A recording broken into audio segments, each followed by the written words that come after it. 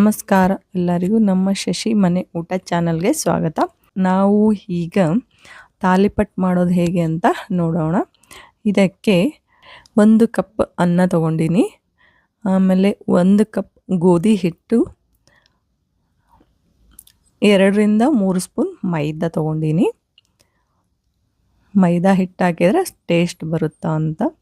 1 ಕಪ್ಪು ಜೋಳದ ಹಿಟ್ಟು ತಗೊಂಡಿನಿ, ಆಮೇಲೆ ರಾಗಿ ಹಿಟ್ಟು ತಗೊಂಡಿನಿ, ಅರ್ಧ ಬಟ್ಲು ರಾಗಿ ಹಿಟ್ಟು, ಆಮೇಲೆ ಸ್ವಲ್ಪ ಬಜ್ಜಿ ಹಿಟ್ಟು, ಇದನ್ನು ಟೇಸ್ಟ್ಗೋಸ್ಕರ.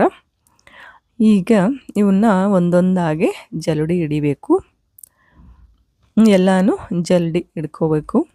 ಈ ಥರ ಎಲ್ಲಾನು ಹಿಡ್ಕೋಬೇಕು. ತಾಲಿಪಟ್ಟು ಎಲ್ಲ ಹಿಟ್ಟು ಹಾಕಿ ಮಾಡೋದ್ರಿಂದ ತುಂಬಾ ಟೇಸ್ಟಿಯಾಗಿ ಇರ್ತವೆ. ನೀವು ಒಂದ್ಸಲ ಖಂಡಿತ ಟ್ರೈ ಮಾಡಿ. ಯಾರೆಲ್ಲ ಇನ್ನೂ ನಮ್ಮ ಚಾನಲ್ಗೆ ಸಬ್ಸ್ಕ್ರೈಬ್ ಮಾಡಿಲ್ಲೋ ಸಬ್ಸ್ಕ್ರೈಬ್ ಮಾಡಿ.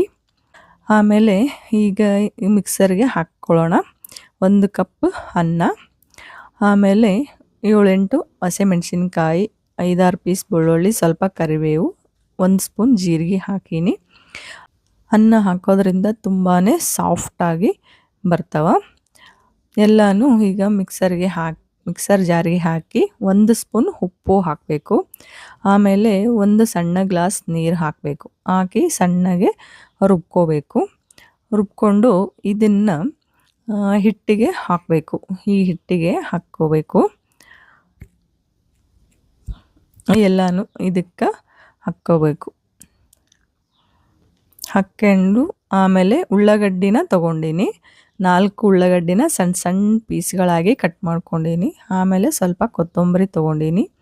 2 ರಿಂದ 3 ಸ್ಪೂನ್ ಎಣ್ಣೆ ಹಾಕಬೇಕು.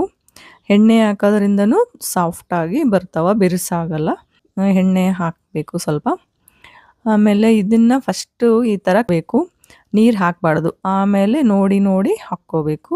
ಬೇಕಂದರೆ ಸ್ವಲ್ಪ ಹಾಕಿ ಕಲಿಸ್ಬೇಕು. ಇದು ಚಪಾತಿ ಹಿಟ್ಟಿನ ಹದಕ್ಕೆ ಹಾಕಬೇಕು, ಈ ಥರ ಹಾಕಬೇಕು. ಇಷ್ಟಾದರೆ ಆಯಿತು. ಇದನ್ನು ನೆನೆಸೋದೇನು ಬೇಡ, ಹಾಗೆ ಡೈರೆಕ್ಟ್ ಮಾಡ್ಕೋಬೋದು. ಇದು ಒಂದು ಪೇಪರ್ ತೊಗೊಂಡಿನಿ, ಅದಕ್ಕೆ ಎಣ್ಣೆ ಹಚ್ಚಿ ಲಟ್ಟಿಸ್ಬೇಕು. ಈ ಥರ ರೌಂಡ್ಗೆ ಮಾಡಿ ಈಗ ಅದಕ್ಕೊಂದು ಸ್ವಲ್ಪ ಮೇಲೆ ಎಣ್ಣೆ ಹಚ್ಚಬೇಕು, ಹಂಗಂದರೆ ಅಂಟಲ್ಲ. ನಿಧಾನ ಲಟ್ಟಿಸ್ಬೇಕು. ಅದು ಉಳ್ಳಾಗಡ್ಡಿ ಇರ್ತಾವಲ್ಲ ಪೀಸು, ಹಂಗಾಗಿ ಕಟ್ ಆಗ್ತಿರ್ತಾವ. ನಿಧಾನ ಮಾಡ್ಕೊಳ್ಬೇಕು. ಆಮೇಲೆ ಲಟ್ಸಿಗಬಹುದು, ಇಲ್ಲಾಂದರೆ ಈ ಥರ ಕೈಲೇ ತಟ್ಟಿಗೆಬಹುದು. ಈ ಥರನೂ ಮಾಡ್ಕೋಬೋದು, 2 ಥರನೂ ಮಾಡ್ಕೋಬೋದು. ಆಮೇಲೆ ಅಂಚಿಗೆ ಒಂದು ಸ್ವಲ್ಪ ಎಣ್ಣೆ ಹಾಕಬೇಕು. ಹಾಕಿ ಇದನ್ನು ಹಾಕಬೇಕು.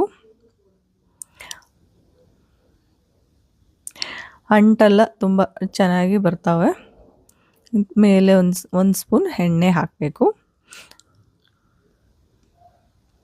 ತುಂಬಾ ಟೇಸ್ಟಿಯಾಗಿ ಇರ್ತವೆ. ನೀವು ಟ್ರೈ ಮಾಡಿ ಒಂದ್ಸಲ.